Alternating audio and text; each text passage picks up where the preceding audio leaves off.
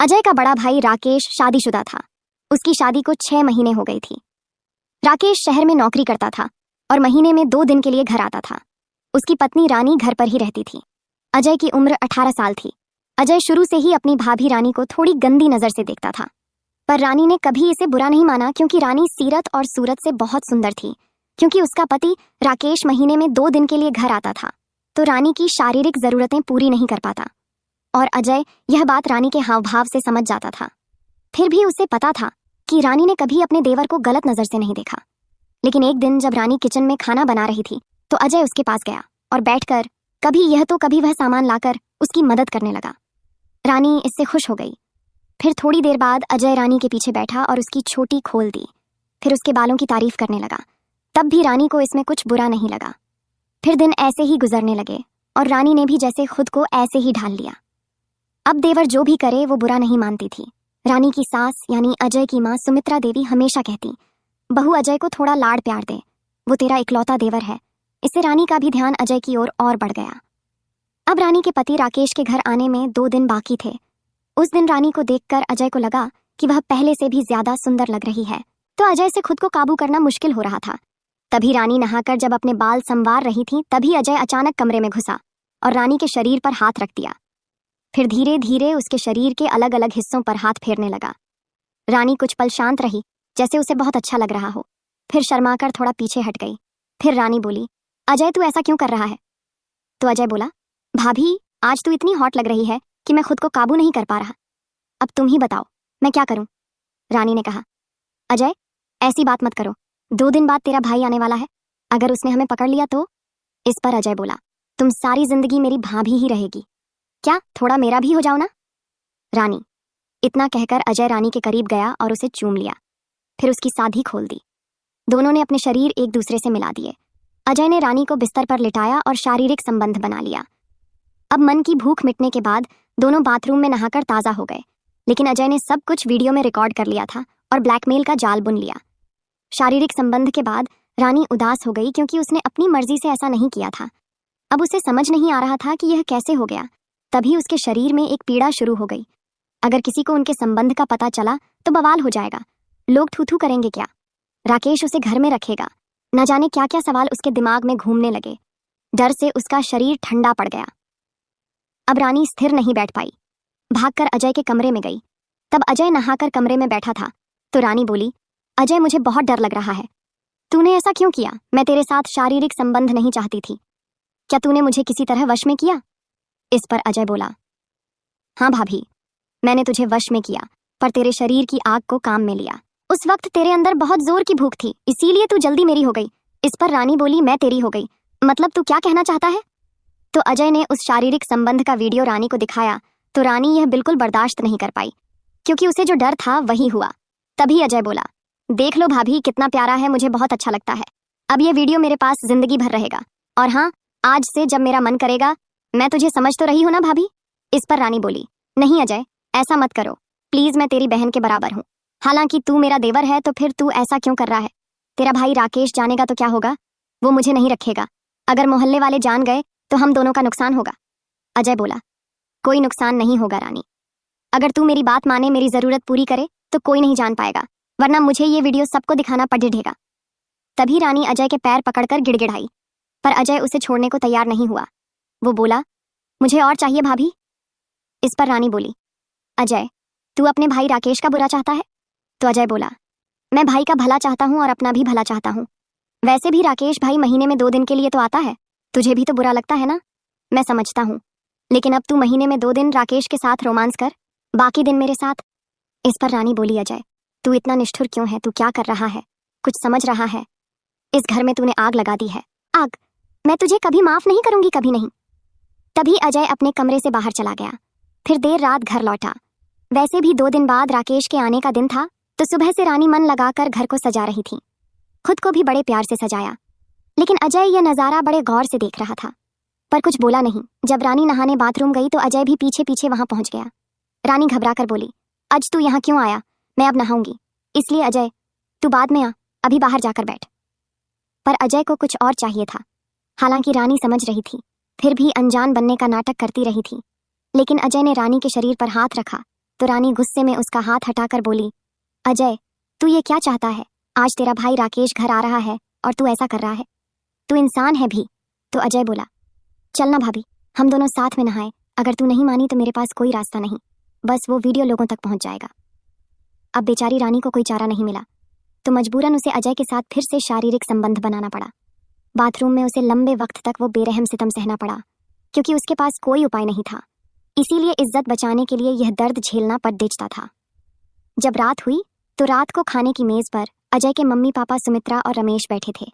रानी इधर उधर का सामान लाकर दे रही थी, पर सुमित्रा ने पनीर और रोटी का पहला निवाला मुंह में लिया और थू करके थूक दिया और बोली, रानी, पनीर में इतना नमक क्यों मुंह में लेना मुश्किल है? इतने बेपरवाह ढंग से खाना क्यों बनाती हो? देख, आज तेरे ससुर रमेश ने कितने शौक से पनीर बनाने को कहा था और तूने नमक डालकर बर्बाद कर दिया। तब रानी चुपचाप खड़ी सुनती रही। क्या करें? शाम को अजय ने किचन में बार बार उसे तंग किया। बड़बड़ाते हुए सोच रही थी कि शायद तभी गलती से 2 बार पनीर में नमक डाल दिया। सास से बात सुनने के बाद रात को अपने कमरे में रानी एक कहानी की किताब फिया रच रही थी। तभी अचानक दरवाजे पर किसी की दस्तक सुनी। दरवाजे के पास जाकर बोली, कौन है बाहर से? अजय की आवाज आई, भाभी, मैं दरवाजा खोलो। रानी बोली, क्यों, क्या हुआ? तो अजय बोला, अरे भाभी, खोलो ना दरवाजा। रानी बोली, अजय, मैं जानती हूँ तू मेरे कमरे में क्यों आना चाहता है, लेकिन सुन, आज शाम को मैंने तुझे रोका नहीं। अब मेरा सिर दुख रहा है, जा सो जा। तो अजय बोला, भाभी, दरवाजा खोलोगी या नहीं, वरना मैं अभी वीडियो इंटरनेट पर डाल दूंगा, तब तुझे पता चलेगा कि अजय क्या कर सकता है इस पर। रानी बोली, तू ऐसा क्यों कर रहा है? फिर मजबूरन दरवाजा खोला तो अजय अंदर आया और दरवाजा बंद कर दिया। तो रानी बोली, अजय, ये क्या कर रहा है?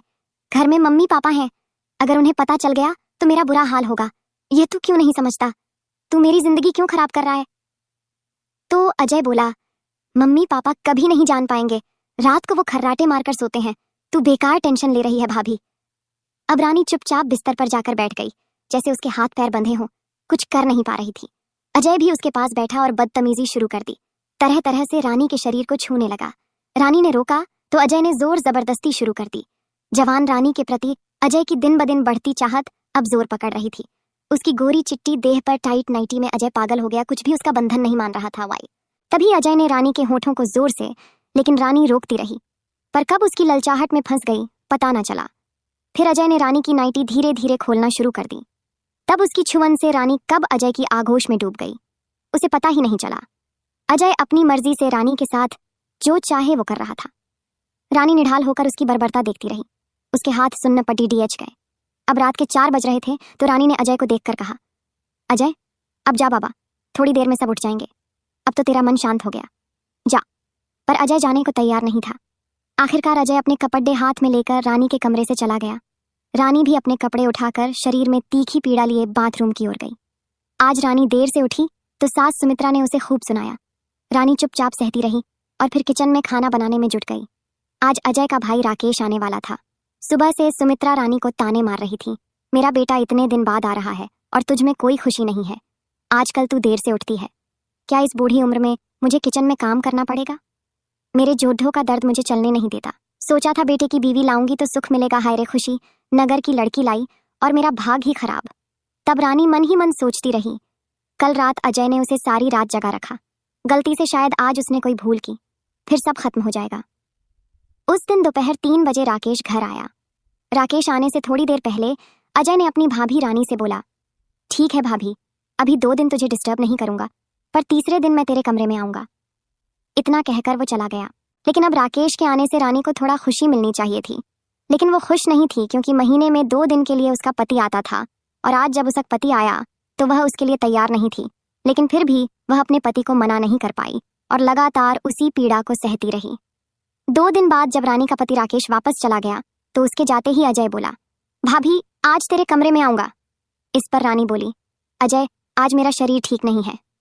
तो अजय बोला, भाभी, मैं तेरी कोई बात नहीं सुनूंगा, मैं आऊंगा। ये बोलकर वो भी चला गया। जब रात हुई तो रात 10 बजे रानी सोने की तैयारी कर रही थी। तभी अचानक दरवाजे पर दस्तक हुई तो रानी चिड़चिड़ाकर दरवाजे की ओर देखने लगी। बार बार दस्तक से रानी दरवाजे के पास गई और बोली, क्या हुआ अजय? मैंने कहा ना, मेरा शरीर ठीक नहीं, फिर भी क्यों आया? तो अजय बोला, भाभी दरवाजा खोलो। तो रानी बोली, सच में अजय, मेरा शरीर ठीक नहीं, प्लीज यहाँ से चला जा। लेकिन अजय बोला, भाभी दरवाजा खोलो, वरना मुझे गुस्सा मत दिलाओ, तुम जानती हो गुस्से में मैं क्या कर सकता हूँ। तब रानी थकान और मजबूरी में दरवाजा खोल देती है तो अजय हड़बड़ी में कमरे में घुसा और दरवाजा बंद कर दिया। रानी बिल्कुल असहाय मन से बिस्तर पर जाकर बैठ गई। अजय ने रानी को देखकर कहा, भाभी 2 दिन से तुझे पाया नहीं, अब मुझसे बर्दाश्त नहीं होता। तब रानी कुछ बोलना चाही पर बोल ना पाई। तभी अजय ने बदतमीजी शुरू कर दी। अब वो बार बार अपना रूप बदल रहा था। जब रानी की पेटीकोट खोलने लगा तो रानी ने रोका, अजय आज नहीं प्लीज। पर अजय ने उसकी बात ना सुनी। तीखी चाहत के साथ वो रानी पर झुक गया। अजय की तेजी से रानी के दर्द भरे शरीर में जैसे आग लग रही थी। आखिरकार रानी के निढाल हाथ उसे रोकते रोकते थक गए। आज रात भी 4 बजे अजय अपने कमरे में लौटा। तब रानी में बाथरूम जाने की ताकत भी नहीं बची थी। थकी और गीली देह के साथ वो कब सो गई पता ना चला, इसलिए आज फिर रानी देर से उठी। घड़ी देखते ही उसका मन डर और उदासी में डूब गया। फिर जल्दी जल्दी बाथरूम में नहाकर किचन में गई। तभी उसकी सास सुमित्रा उसे देखते ही फिर ताने मारने लगी। लेकिन रानी उदास मन से किचन में काम करती रही और तब उसकी आंखों से आंसू बहने लगे थे, क्योंकि रानी समझ नहीं पा रही थी कि अब क्या करें। राकेश को बताने का रास्ता भी बंद था। अजय की ललचाहट में वह पहली बार उससे मिली थी, पर अजय ने चुपके से वीडियो बना लिया। यह उसने कभी सोचा नहीं। सारा दिन कमरे में बैठकर गहरी सोच में डूबी रही, पर कोई हल ना मिला। आखिरकार उसके दिमाग में एक प्लान आया। उसे यकीन नहीं था कि राकेश कितना साथ देगा, फिर भी मन ही मन सोचा, इस बार राकेश आए तो उसे समझाकर उसके साथ उसके काम की जगह रहने की जिद करूंगी। पर राकेश के आने में अभी 1 महीना बाकी था। वो नया नया काम पर गया था। तब तक अजय की बेरहमी सहना पड़े यह सोचकर उसका दम घुटने लगा। उधर आज अजय के मम्मी पापा सुमित्रा और रमेश उसके ननिहाल जाने वाले थे। दोपहर को जाते वक्त सुमित्रा ने रानी को बुलाकर कहा, बहू आज हम अपने मायके में ही रुकेंगे। तब सुमित्रा ने जाते वक्त कहा, देख बहू मेरे बेटे अजय को ठीक से खाना पीना देना। उस दिन शाम को 5 बजे रानी अपने कमरे को साफ कर रही थी। उधर अजय सारा दिन बाहर से घर लौटा। आते ही घर की नौकर रामू से पता चला कि उसके मम्मी पापा उसके ननिहाल गए हुए हैं और आज वहीं रुकेंगे। यह सुनकर अजय की खुशी का ठिकाना ना रहा। वो जल्दी जल्दी घर में घुसा। पहले किचन में रानी को ढूंढा, पर वो वहां ना मिलने पर उसके कमरे में गया। तभी वहां पड़ोस के दामोदर चाचा की बेटी अमृता और रानी को गप्पे मारते देखकर अजय का मूड खराब हो गया। अजय अमृता को घूरता हुआ निराश होकर अपने कमरे में लौट आया और मन ही मन बड़बड़ाने लगा। यह बदमाश लड़की को और कोई वक्त ना मिला आने का। रानी और अमृता देर तक बातें करती रहीं। फिर रानी ने अमृता से खास गुजारिश की कि आज रात उसके साथ ही रुके। आखिरकार अमृता मान भी गई। उधर अजय अपने कमरे में छटपटाता रहा, लेकिन दरवाजे से बाहर झांकता रहा कि अमृता कब जाए। तब देर तक इंतजार के बाद अजय रानी के कमरे में गया और बोला, भाभी दाल चावल खाऊंगा, टेबल पर दो।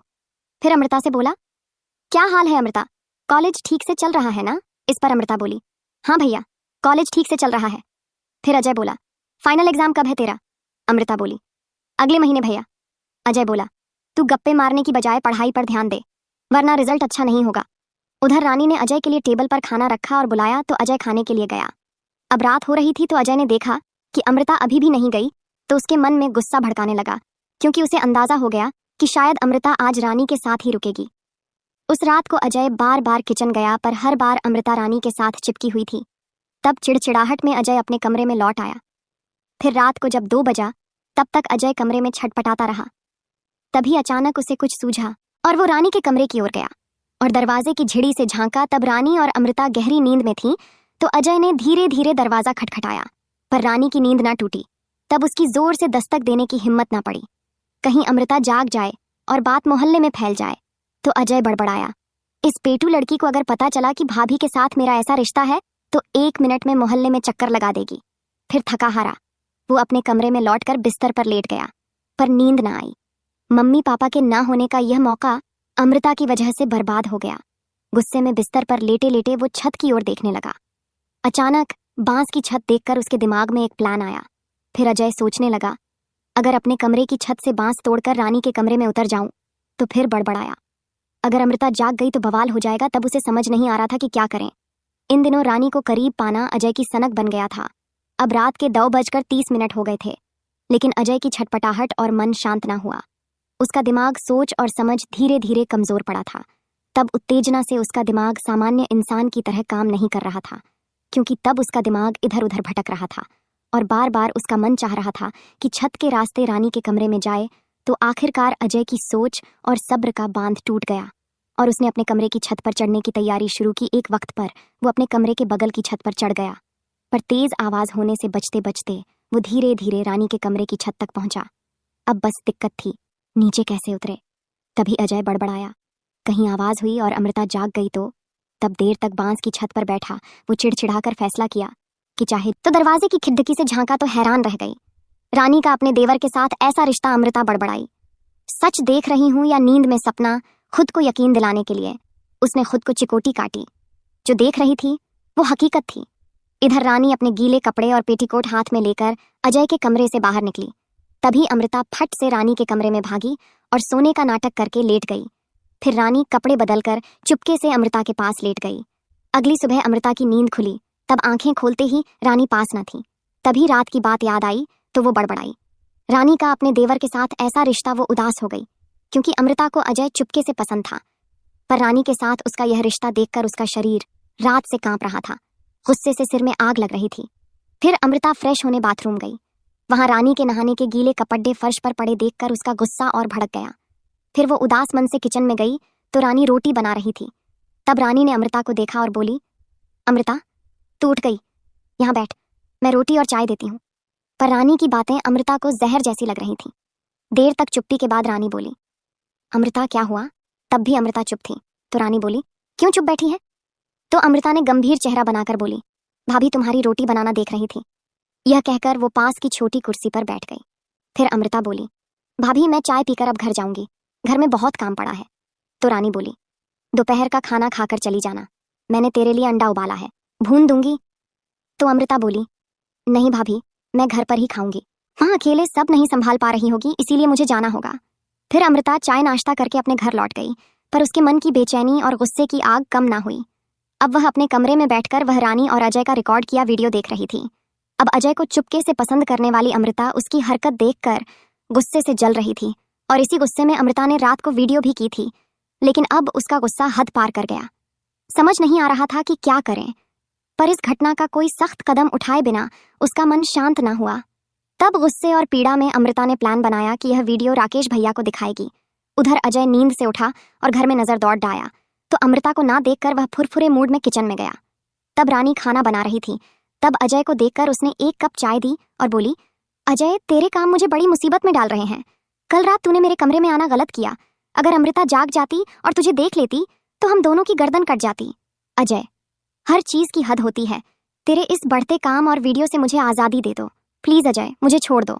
इस पर अजय बोला, भाभी मैंने क्या किया, बल्कि तूने कल ऐसा क्यों किया? तूने अमृता को रात को रुकने को क्यों कहा? इस पर रानी बोली, आज अमृता मुझे अकेला देखकर खुद ही रुकना चाहती थी। तभी इधर अजय के मम्मी पापा सुमित्रा और रमेश घर लौट आई। सुमित्रा अपने भाई के खेत और तालाब से तरह तरह की सब्जियां और मछलियों की टोकरी लेकर आई थी। तभी सुमित्रा ने अजय को बुलाकर कहा, बेटा जा, मछली काटने के लिए पड़ोस की गांव से मछुआरे के बेटे गंगुआ को बुला ला। रानी अकेले यह सब नहीं संभाल पाएगी और मेरे जोड़ों का दर्द मुझे बैठने नहीं देता। उस दिन रानी दिन भर घर के काम में जुटी रही। रात को थके शरीर के साथ अपने कमरे में लेटी। तब थोड़ी देर बाद उसने कहानी की किताब उठाई। फिर तकिए से टेक लगाकर अपनी पसंदीदा लेखक की किताब पढ़ने लगी और पन्नों में खो गई। तभी अचानक दरवाजे पर खटखट की आवाज आई तो रानी ने दरवाजे की ओर देखा और लंबी सांस ली और थके मन से बड़बड़ाई, जिंदगी में कौन सा पाप किया कि ऐसी हालत में फंस गई। फिर हारा थका मन ली वो उठने लगी। तभी बाहर से सुमित्रा की आवाज आई, बहू दरवाजा खोल। तब सास की आवाज सुनकर रानी को थोड़ी राहत मिली। फिर उसने जल्दी से दरवाजा खोला तो सुमित्रा बोली, बहू भूल गई थी बताना, मेरे भाई महेश की बेटी अनुष्का के साथ अजय की शादी की बात की है। मैं और अजय के पापा ने महेश से शादी की बात पक्की भी कर ली है। बस तू राकेश से फोन पर उसकी राय ले लेना और हाँ, बाद में मुझे बताना वो क्या कह रहा है। इतना कहकर उसकी सास सुमित्रा चली गई। फिर रानी ने दरवाजा बंद किया और फिर से कहानी पढ़ने में डूब गई। तभी थोड़ी देर बाद फिर दरवाजे पर खटखट की आवाज आई तो रानी चिड़चिड़ाकर दरवाजे की ओर देखने लगी। फिर थके मन से उठी और दरवाजा खोला तो देखी उसकी सास सुमित्रा फिर आई है। तभी सुमित्रा बोली, बहू असली बात तो भूल ही गई, कल महेश अपने परिवार के साथ हमारे घर आएगा, इसलिए सुबह जल्दी उठना। इस पर रानी बोली, जी माँ जी ठीक है। इसके बाद रानी सोने की तैयारी करने लगी, पर मन में बार बार डर सता रहा था कि कब अजय दरवाजा खटखटाएगा। इस डर के साथ वो सोने की कोशिश कर रही थी। तभी रात को अचानक उसकी आंखों में नींद आ गई और उसे पता ही ना चला। फिर सुबह पक्षियों की चहचहाट से रानी की नींद टूटी। आंखें खोलकर देखा तो भोर की रोशनी कमरे में आ रही थी। तो राहत की सांस लेते हुए रानी बड़बड़ाई, शायद अजय अपनी पसंद की लड़की अनुष्का से शादी की खुशी में बदल रहा है अगर शादी पक्की हो गई तो अजय की गंदी हरकतों से छुटकारा मिलेगा। ये सोचकर रानी उठकर किचन के काम में जुट गई। अब सुबह से घर में मेहमानों की तैयारी चल रही थी, स्पेशल डिशेस बन रही थी। अजय भी आज फुरफुरे मूड में था। रामू के साथ घर को सजाकर और खाना बनाने में सामान लाकर मदद कर रहा था। दोपहर 1 बजे महेश अपने परिवार के साथ घर आए। अजय और उसके पापा रमेश आगे बढ़कर उन्हें अंदर लाए। महेश और उनकी बीवी ललिता देवी और उनकी 2 बेटियां अनुष्का और अनु घर में दाखिल हुए। तब अजय चुपके चुपके अनुष्का को देख रहा था, क्योंकि आज से 8 साल पहले अनुष्का अपने पापा महेश के साथ इस घर में आई थी और आज सालों बाद वो फिर से आई। वो लड़की बहुत सुंदर हो गई थी, इसलिए अजय इतने जोश से अनुष्का को देख रहा था कि नजर हटा ही नहीं रहा था। अब रामू सबको नाश्ता दे रहा था। रानी गंगुआ और एक नौकरानी किचन में मदद कर रही थी। थोड़ी देर बाद अनुष्का और अनु किचन में आई तो रानी ने अनुष्का को देखकर कहा, तू जरूर अनुष्का है? इस पर अनुष्का बोली, हाँ, और आप तो रानी? हंसकर बोली, मैं रानी हूँ। अजय की भाभी, तुम सब कैसे हो? तो अनुष्का बोली, अच्छे हैं भाभी, आप कैसी हैं? रानी बोली, मैं भी अच्छी हूँ, लेकिन मेरी शादी में तुम लोग नहीं आए थे ना? इस पर अनुष्का बोली, भाभी, आपकी शादी जनवरी में थी और मेरे और अनु की फाइनल एग्जाम भी जनवरी में ही था, इसकी वजह से हम नहीं आ पाए। तभी रानी बोली, अनु तू कैसी है? अनु बोली, जी मैं भी अच्छी हूँ। उधर अजय के मम्मी पापा सुमित्रा और रमेश महेश और उनकी पत्नी ललिता देवी से शादी की बात कर रहे थे। रिश्ता गहरा करने के लिए महेश ने अपनी बहन सुमित्रा से कहा, सुमित्रा बहन, हमारा खून का रिश्ता भले ही ना हो, पर मैंने आपको अपनी सगी बहन से भी बढ़कर माना है। तभी सुमित्रा बोल पड़ी, महेश, तू शादी की बातों की जगह यह जैसी बातें कर रहा है, और देख अब से ऐसी बातें मत करना। मैं तेरी बड़ी बहन थी और हमेशा तेरी बड़ी बहन ही रहूंगी, समझा? महेश बोला, माफ करना बहन, मेरी बेटी को अपने घर की बेटी बना रही हो, इसलिए दिल भर आया और बोल दिया। वैसे देखो ना सुमित्रा बहन, अब लड़की भी हमारी है और लड़का भी हमारा। इतना कहते ही सब हंसने लगे। तभी रमेश जी बोले, अब बातें हो गई हो तो शादी की तारीख को दूर क्यों रखें, एक डेट नजदीक की ही फिक्स कर लेते हैं। तभी सुमित्रा जी बोली, हाँ आप ठीक कह रहे हैं, अगले महीने की 3 तारीख मंगलवार कैसे रहेगा? इस पर अजय के पापा रमेश ने हामी भर दी और आखिरकार अजय और अनुष्का की शादी अगले महीने की 3 तारीख मंगलवार को पक्की हो गई। फिर मेहमानों के लिए टेबल पर खाना लगा। तब सुमित्रा और रमेश मेहमानों के साथ टेबल पर बैठे, उधर रानी और रामू खाना परोस रहे थे। तभी अचानक अजय का बड़ा भाई राकेश भी घर आ गया। तब सुमित्रा ने अपने बेटे को देखकर बोली, राकेश बेटा तू भी आ गया, अच्छा किया आ गया, अब जा फ्रेश होकर आ और हमारे साथ टेबल पर बैठ। तब राकेश बिना कुछ बोले अपने कमरे में चला गया। फिर सुमित्रा ने रानी से कहा, अच्छा किया बहू जो राकेश को बुला लिया। तब रानी यह सुनकर हैरान हो गई, क्योंकि उसने तो राकेश से शादी की बात तो बताई ही नहीं थी, क्योंकि कल रात राकेश से उसकी कोई बात ही नहीं हुई थी। फिर वो अचानक कैसे आ गया? ये सोच रानी परेशान हो गई। तब मेहमान खाना खा रहे थे, पर राकेश कमरे से लौटा नहीं। तभी सुमित्रा ने रानी से कहा, रानी जा तो देख, राकेश इतनी देर से क्यों नहीं आ रहा? तब रानी ने रामू से कहा, रामू तुम यहाँ संभालो, मैं अभी आती हूँ। ये कहकर रानी अपने कमरे की ओर गई।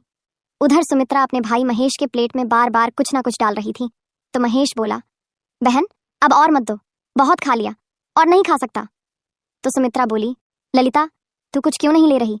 और अनुष्का और अनु बेटी, तुम लोग शर्मा क्यों रही हो? बड़ी मछली का तड़का लो ना।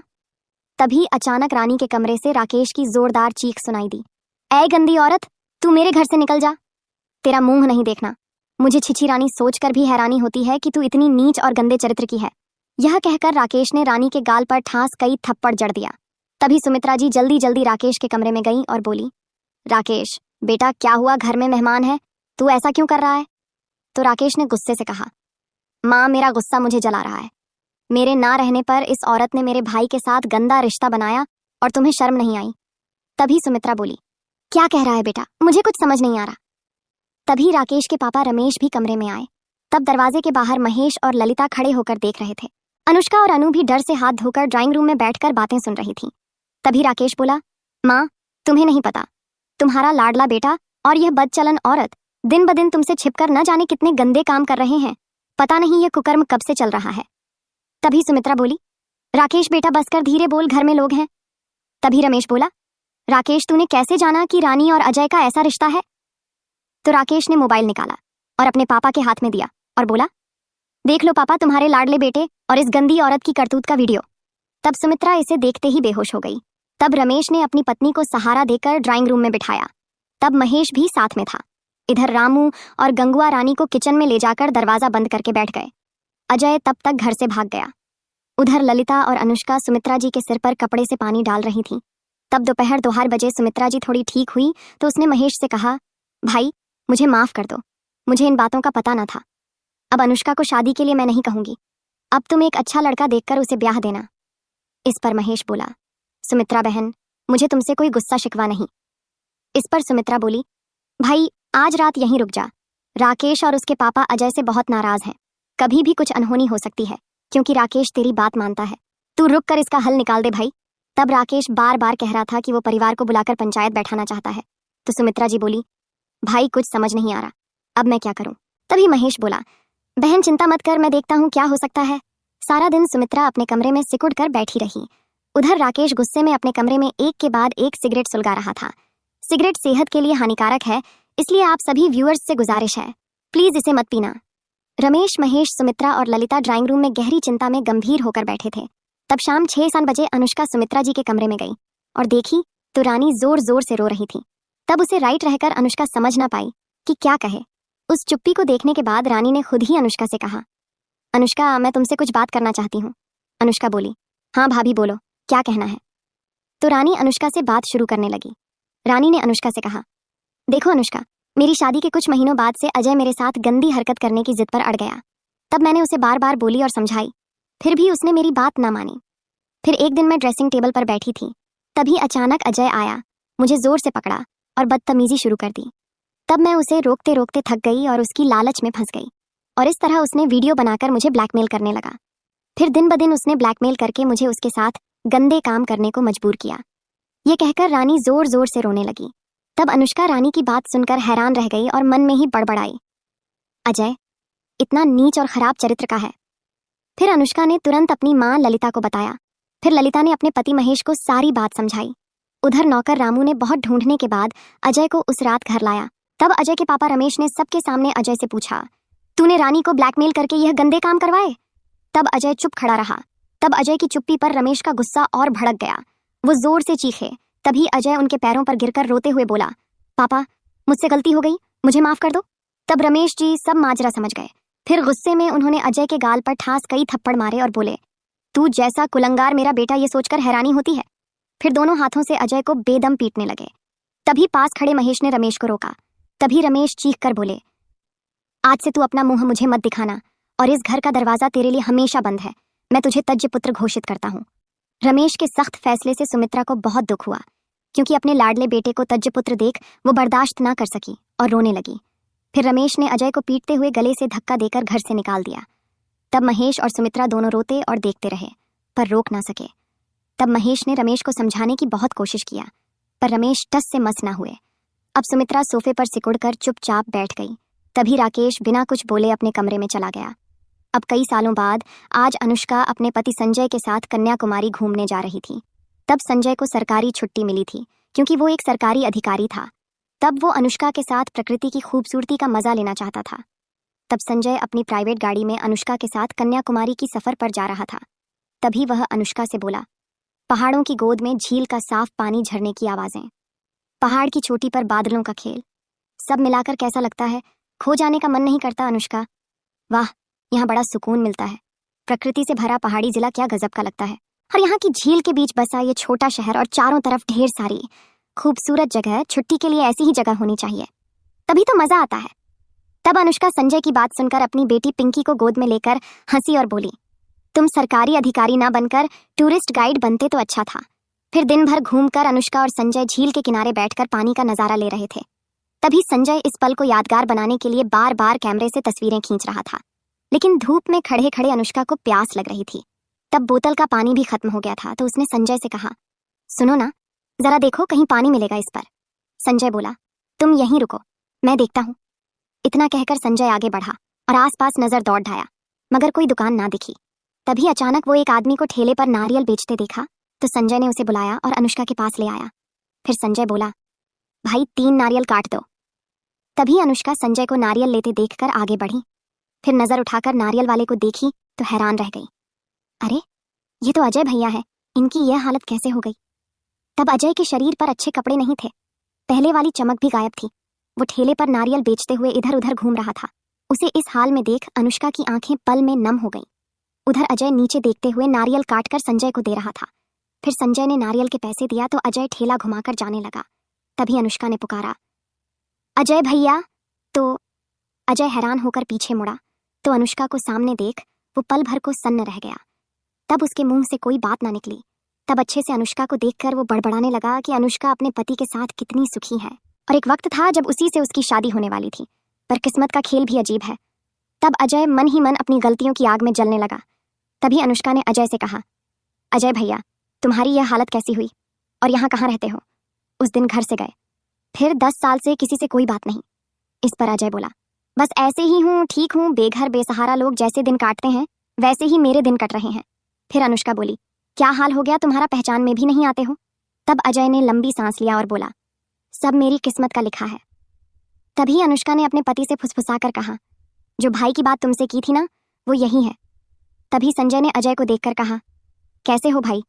अनुष्का से तुम्हारी सारी बात सुनी है, बहुत बुरा लग रहा है तुम्हें। इस हाल में देखकर चलो, आज हमारे साथ दोपहर का खाना खाओ। इस पर अजय बोला, नहीं भाई, रहने दो। फिर अजय बोला, अश्का तुम यहाँ कहाँ रहती हो? तो अनुष्का बोली, अजय भैया, पास ही कोर्ट पॉइंट के मोड़ पर किराए के मकान में एक कमरा लिया है। इस पर अजय हल्का हंसा और बोला, मेरा 3 साल का एक बेटा है। तभी अनुष्का ने संजय को देखकर कहा, चलो ना उनके घर चलते हैं। फिर संजय और अनुष्का अजय के घर की ओर पैदल चल पड़े। रास्ते में अजय ने अनुष्का से पूछा, मम्मी पापा कैसे हैं? तो अनुष्का चुप रही। तो अजय ने फिर पूछा, अनुष्का कुछ बोल क्यों नहीं रही? तब देर की खामोशी के बाद अनुष्का बोली, तुम्हारे जाने के बाद बुआ जी हर दिन तुम्हें याद करके रोती थी। जब भी हम उनके घर जाते बुआ को आंसू बहाते ही देखते। लेकिन 4 साल पहले एक रात सोते वक्त आधी रात को बुआ को हार्ट अटैक आया। तभी अजय बेचैन होकर बोला, मम्मी को क्या हुआ? अनुष्का बताना। तो अनुष्का बोली, हॉस्पिटल ले जाते वक्त रास्ते में ही बुआ चल बसी। इतना सुनते ही अजय जोर जोर से रोने लगा। तो संजय ने उसके कंधे पर हाथ रखकर तसल्ली दिया। फिर अजय ने पूछा, पापा कैसे हैं? तो अनुष्का बोली, फूफा जी किसी तरह जी रहे हैं, कई बीमारियों से जूझ रहे हैं, लेकिन पहले जैसे चल नहीं पाते, अब घर में ही रहते हैं। अब अजय संकोच कर रहा था कि रानी भाभी के बारे में पूछे या नहीं, पर बेचैन मन ने आखिर पूछ ही लिया, भैया कैसे हैं? तो अनुष्का बोली, राकेश भैया और रानी भाभी की शादीशुदा जिंदगी अब पहले जैसी नहीं, वो शायद सुखी नहीं सुना है। राकेश भैया अक्सर रानी भाभी पर जुल्म करते हैं। वो औरत चुपचाप सब सहकर राकेश भैया के साथ किसी तरह घर चला रही है। ये देखकर अजय को गहरा दुख हुआ। उसका दिल दर्द और पछतावे से भर गया।